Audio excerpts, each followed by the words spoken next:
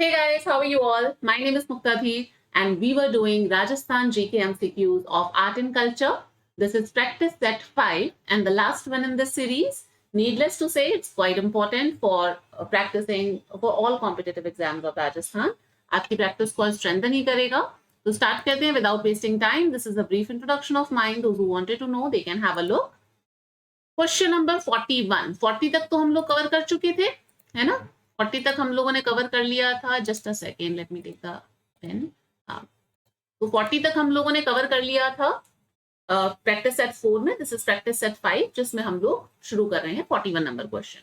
Which folk deity of Rajasthan is known as रुमाल वाली देवी? तो कौन सी है अभी रुमाल वाली देवी इनमें से? फटाफट से अटेम्प्ट करो, बताओ कौन सी है रुमाल वाली देवी. सुगाली माता, त्रिपुरा सुंदरी माता, आई माता, तनोट माता, कौन सी माता है? चलो एक और हिंट देते हैं. इन्हें थार की वैष्णो देवी भी कहा जाता है. थार की वैष्णो देवी. अब तो बता दो कौन सी माता है. Very well said, if you have marked it. Tanot माता. तनोट माता जैसलमेर के अंदर, इन्हें रुमाल वाली देवी भी कहा जाता है, थार की वैष्णो देवी भी कहा जाता है. और इनकी वर्शिप कौन करता है?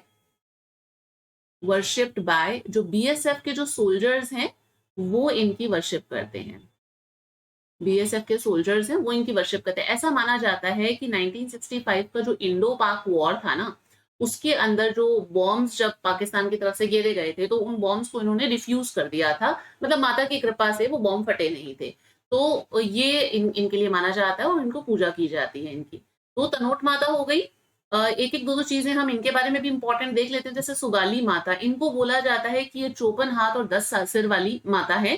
तो इनके क्या है? 54 हैंड्स एंड 10 हेड. 10 सिर 54 हाथ. ठीक है.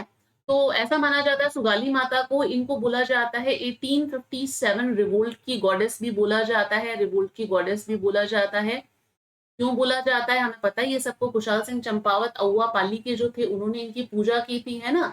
बिठोड़ा, चेलावास, बौर वगैरह के अंदर जीते थे. तो ये सब चीजें हमने 1857 रिवोल्ट में देखी. तब हमने वहां पे देखा था कि सुगाली माता को भी की वर्शिप की जाती है. त्रिपुरा सुंदरी माता कहाँ पे है भाई इनका मंदिर? त्रिपुरा सुंदरी माता का मंदिर कहाँ पे है बताओ? इनका मंदिर है तलवाड़ा, तलवाड़ा बांसवाड़ा के अंदर. बांसवाड़ा. इनका दूसरा नाम क्या है? जो त्रिपुरा सुंदरी माता है इनको तुरताई माता भी कहा जाता है. तो अगर आपको क्वेश्चन आ जाए तुरताई माता, तो त्रिपुरा सुंदरी की ही बात हो रही है. ठीक है. और ये किसकी क्लैन डाइटी है? इन कुल देवी किसकी है? ये क्लैन डाइटी है आपके पांचाल कास्ट की. पांचाल कास्ट की. वसुंधरा राजे की भी बोल सकते हो आप. ठीक है.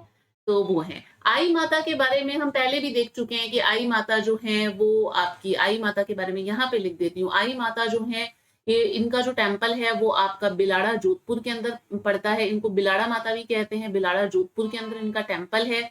और ये आपके डिसिपल थी किसकी? रामदेव जी की.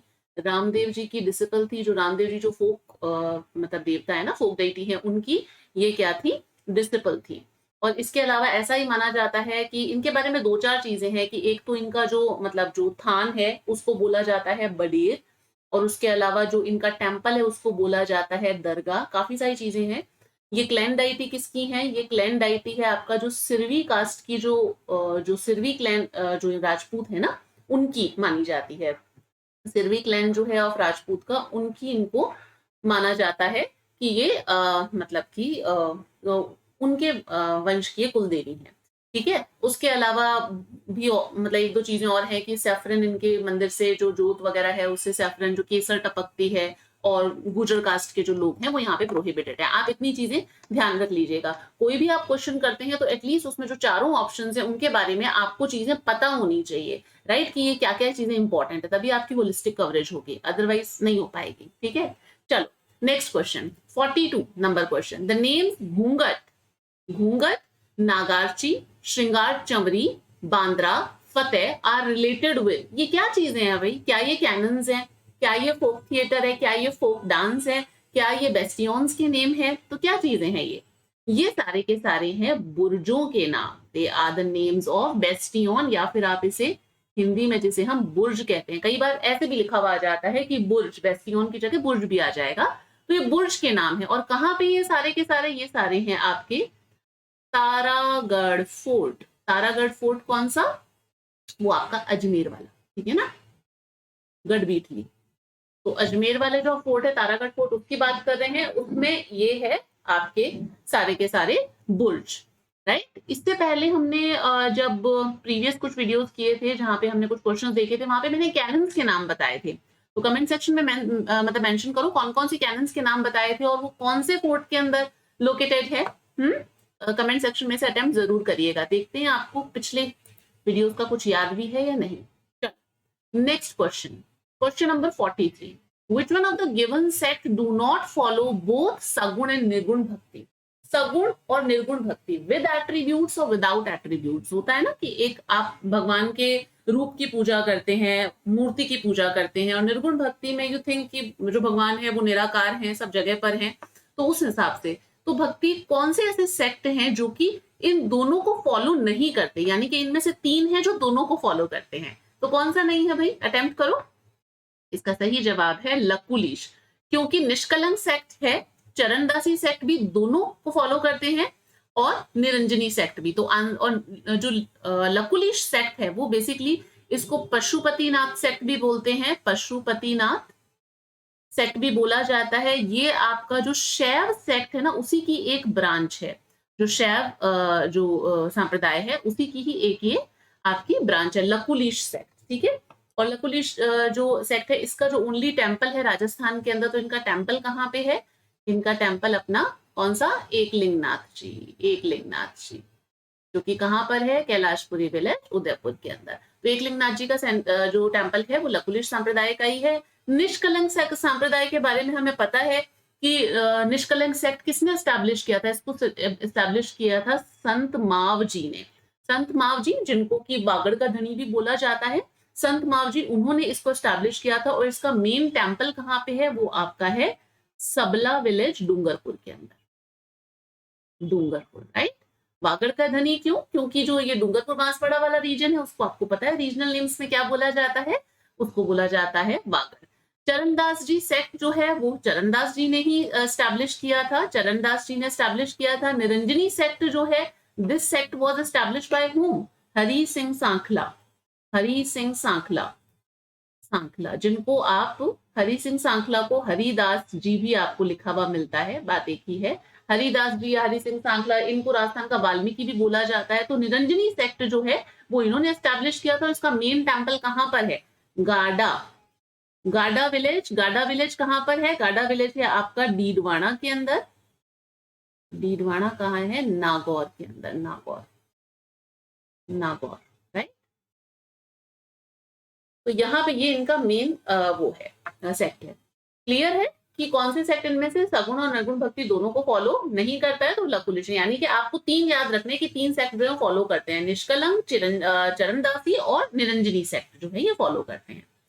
Now come to next question, Ramdev animal fair is organised where in Rajasthan. अब रामदेव नाम देख करके पोखरण जैसलमेर को टिक करने की गलती बिल्कुल मत करना, क्वेश्चन कोटा हो जाएगा और नेगेटिव मार्किंग हो जाएगी, ठीक है। तो रामदेव एनिमल फेयर कहाँ पे, इसने एनिमल फेयर पूछा है, रामदेव एनिमल फेयर है आपका मानासर नागौर के अंदर, आंसर तो दे ही रखा है इसमें, मानासर नागौर, है ना, तो लिखने की जरूरत नहीं है। एनिमल फेयर मानासर नागौर के अंदर, ये अपने मानासर नागौर में लगता है रामदेव एनिमल फेयर। नागौर में 2 और एनिमल फेयर है, एक तो बड़ा पॉपुलर सा है जिसका आपको सबको नाम पता है, कौन सा है वो, वीर तेजा जी। तेजा जी का जो एनिमल फेयर है कहाँ पे लगता है, परबतसर के अंदर, परबतसर नागौर के अंदर। और एक आपका जो मतलब कि एक और एनिमल फेयर है जो कि नागौर के अंदर लगता है, वो है आपका Baldev animal fair, Baldev animal fair, right. ये आपका मेड़ता के अंदर लगता है, मेड़ता। ये दो और हैं जो कि नागौर के अंदर लगते हैं, और रामदेव, मतलब टोटल 3 हो गए, ठीक है ना, जो आपको याद रखने हैं।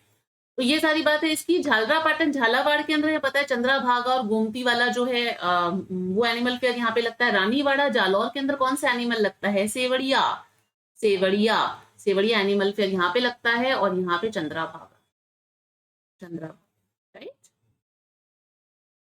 चलो next question, question number 45, which one is the birth place of folk saint Jambhoji? Jambhoji का बर्थ प्लेस इनमें से कौन सा है? अब इनमें से तीन जगह ऐसी हैं, वैसे मैंने सारी ही मतलब उधर की लिखी, तीन जगह ऐसी हैं जो कि जाम्बोजी से रिलेटेड है। कौन कौन सी है भाई? सबसे पहले तो बर्थ प्लेस उनका बता दो कि कहाँ पर है। देखो, जाम्बोजी का जो बर्थ प्लेस है वो है पीपासर नागौर। नागौर के अंदर इनका जन्म हुआ था, पक्का नागौर के अंदर इनका जन्म हुआ था। उसके अलावा समराथल धूरा, अगर हम समराथल धूरा बीकानेर की बात करें तो ये वो जगह है जहां पे जाम्बू जी ने कड़ी तपस्या की थी, यहीं पे ही इनको एनलाइटनमेंट मिला था, फर्स्ट सरमोन सब कुछ इस जगह पर ही थी। तो ही डिड इंटेंस पेनेंस, तो पेनेंस इधर की ही है, मतलब तपस्या इन्होंने यहीं पर ही की थी। उसके अलावा इनका एनलाइटनमेंट, एनलाइटनमेंट भी इनको यहीं पर ही मिला था, ज्ञान की प्राप्ति भी इनको यहीं हुई थी समराथल धूरा बीकानेर के अंदर। और इसके अलावा इन्होंने अपनी फर्स्ट सरमोन जो है, जो पहला इन्होंने अपना उपदेश है, वो भी इन्होंने यहीं पर दिया था। तो ये तीन चीजें जो है वो समराथल धूरा बीकानेर से जुड़ी हुई हैं जाम्भोजी को लेकर के, ठीक है। और अगर हम मुकाम तालवा बीकानेर की बात करें तो यहाँ पर जाम्बोजी ने समाधि ली थी। समाधि की जगह आप टॉम्ब भी लिख सकते हो, वैसे समाधि ऐसा ही लिखा हुआ आता है। समाधि ली थी और यहीं पर इनकी मेन पीठ है। कोई आपसे पूछे कि जाम्बोजी जो बिश्नोई जो समुदाय है उनकी मेन पीठ कहाँ पे है, तो वो आपको मुकाम तालवा बीकानेर ही है, ठीक है। और यहीं पे इनके फेयर्स जो हैं वो लगते हैं, ठीक है। तो ये तीन जो जगह हैं, मुकाम तालवा, पीपासर और समराथल धूरा, ये तीनों के तीनों जाम्भोजी से रिलेटेड है। तो फिर कतरियासर किससे रिलेटेड है? कतरियासर जो है वो है आपका जसनाथ जी से रिलेटेड। जसनाथ जी, ये जो दूसरे फोक सेंट है जसनाथ जी, उनसे रिलेटेड है। तो हो गया ये मुकाम तालवा, समराथल धूरा, पीपासर। याद रखना कि जाम्बोजी का जो जन्म है वो बीकानेर में नहीं हुआ था, वो नागौर के अंदर हुआ था। Now come to next question. Which fort's name was changed to Khizrabad by Alauddin Khilji? ऐसा ही एक क्वेश्चन मैंने आपको 1 मिनट सीरीज में भी करवाया है, बट कंफ्यूज मत होना, वो मैंने वहां खैराबाद पूछा था, खिजराबाद नहीं पूछा था। खिजराबाद बाद में मैंने कंफ्यूजन भी बताया था। खिजराबाद जो है वो नाम किया था अलाउद्दीन खिलजी ने, चेंज किया था चित्तौड़गढ़ फोर्ट का। खैराबाद किसका किया था? सिवाना फोर्ट का। दो तीन फोर्ट्स के नाम यहाँ पे चलो लिख लो।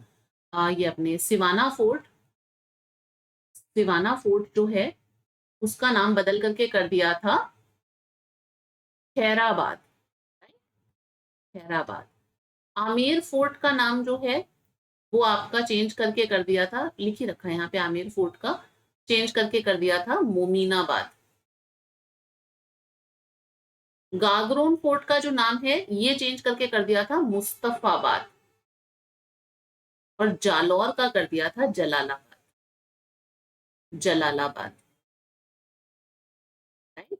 और खैराबाद तो मैंने उसका लिख ही दिया।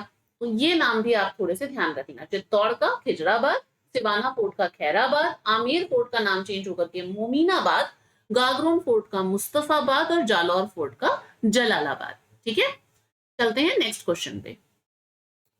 Question number 47, where did Akbar build Shukr pond? कई बार ये क्वेश्चन एग्जाम में पूछा गया, शुक्र पॉन्ड अकबर ने कहाँ पे बनवाया था? तो भाई अगर आप लोगों के दिमाग में थोड़ा सा ये 1570 का जो ये नागौर दरबार है, नागौर दरबार, उसकी अगर आपको थोड़ी सी भी इंफॉर्मेशन पता है तो आप इस क्वेश्चन को गलत नहीं करेंगे। नागौर दरबार जो था 1570 का, जो कि किस ऑब्जेक्टिव से बनाया गया था? वैसे इसके अंदर काफी लोगों ने मतलब जो अकबर है उनके आधीनता को स्वीकार कर लिया था, उनको मान लिया था, बट इसका जो मेन ऑब्जेक्टिव था that was famine relief, famine relief, ठीक है। फमाइन रिलीफ के लिए था, तो इन्होंने नागौर के अंदर शुक्र पॉन्ड बनवाया था।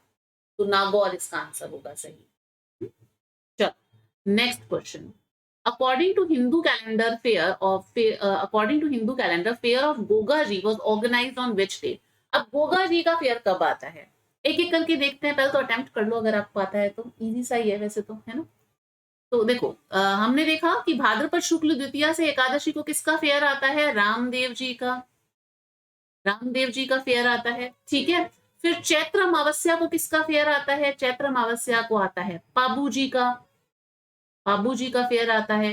भाद्रपद शुक्ल दशमी को किसका फेयर आता है? तेजा जी का। और नवमी को किसका आएगा? गोगा जी का। आप ऐसे भी ध्यान रख सकते हैं कि गोगा जी का जो फेयर है वो जस्ट कृष्ण जन्माष्टमी के नेक्स्ट डे आता है। कृष्ण जन्माष्टमी कब होती है? भाद्रपद कृष्ण अष्टमी को होती है कृष्ण जन्माष्टमी, है ना? तो नवमी को आ गया गोगा जी का फेयर, तो ये हो गया इसका सही आंसर। अब मैंने एक पीछे हमने क्वेश्चंस वगैरह किए तो मैंने वहां बताया भी था राधा अष्टमी कब आती है। बताओ राधा अष्टमी कब आती है? अरे भाई कृष्ण का जस्ट पुट्ठा कर दो, उल्टा कर दो, तो भाद्रपद शुक्ल अष्टमी को जो आती है वो है राधा अष्टमी, और भाद्रपद शुक्ल कृष्ण अष्टमी को जो आती है वो है कृष्ण जन्माष्टमी, है ना? सिंपल सा। चलो नेक्स्ट क्वेश्चन। नाना साहिब का झालरा, गोल झालरा, इब्राहिम शरीफ का झालरा, Bala Jhalra are located in which fort of Rajasthan? ये राजस्थान में कौन से फोर्ट में लोकेटेड है? आप इसे एज इट इज याद ही रख लीजिएगा, ये सारे के सारे हैं आपके तारागढ़ फोर्ट। तारागढ़ फोर्ट कौन सा? अजमेर वाला, ठीक है? वहां पे ये सारे आपको झालरे मिलते हैं। नाना साहिब का झालरा, गोल झालरा, इब्राहिम शरीफ का झालरा, बाला झालरा, ये सारे के सारे लोकेटेड है Taragarh fort. Next question, last one. Rammat folk theatre is famous in which region of Rajasthan? Rammat कहाँ पे फेमस है? बहुत इजी है, कहाँ पे है रम्मत फेमस? सबको पता है, बीकानेर जैसलमेर वाला जो रीजन है वहां पर रम्मत जो है वो प्ले किया जाता है। मंच सा ऐसे, मतलब पाटे वगैरह के ऊपर ही एक प्रकार का नाटक सॉर्ट ऑफ ही होता है। रम्मत के नाम से अगर आपको ध्यान होगा, जो तेज कवि थे जैसलमेर के, है ना, उन्होंने उनकी एक जो मतलब कविता थी स्वतंत्रता, स्वतंत्रता बवानी, स्वतंत्रता बवानी, ये इन्होंने रम्मत के टाइम पे ही प्रेजेंट की थी, इन्होंने रम्मत में ही प्रेजेंट की थी। तेज कवि जैसलमेर के थे ये, इन्होंने स्वतंत्रता बवानी जो थी वो रम्मत में ही प्रेजेंट की थी। तो this is all about 50 questions. ये इसके साथ में ही हमारी ये जो सीरीज है आर्ट एंड कल्चर की एमसीक्यू की वो कंप्लीट होती है। इसकी जो पीडीएफ है वो मैं आपसे कल इस पे शेयर कर दूंगी। PDF I will share it here, कल इसकी पीडीएफ शेयर कर दूंगी। और उसके अलावा मिलते हैं अब जल्द ही एक नई सीरीज के साथ में। And till then stay connected and please do share this videos to maximum people and don't forget to hit a like. अच्छा जी, बाय बाय।